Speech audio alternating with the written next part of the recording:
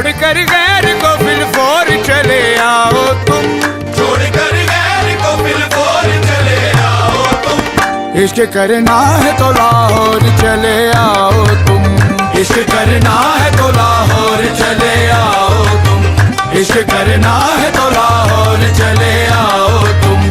अस्सलाम वालेकुम नाज़रीन, मेरा नाम है काशिफ और मैं इनसे कुछ सवालात जो है खुद करना चाहता था, पहले ही करना चाहता था, इसलिए मैसम और दानिया उस तरफ मौजूद हैं, वो भी आ जाएंगे इस तरफ भी, और मैं किसी और तरफ चला जाऊंगा। तो आज दौरे हाजिर के शायर कम कंपोजर ज़्यादा मेरे साथ अली शाहरुख मौजूद हैं। कुछ सवालात सख्त और कुछ नरम और कुछ मीठे, और इस इंटरव्यू से पहले इनको ये मौका दिया गया है कि अभी जो भी इसके बाद ये बोलेंगे, अगर वो बातें जो हैं वो आप लोगों को पसंद आई और मुझे भी पसंद आई और हम सबको पसंद आई, तो फिर इस इंटरव्यू के जो सवालात हैं उनको थोड़ा कदरे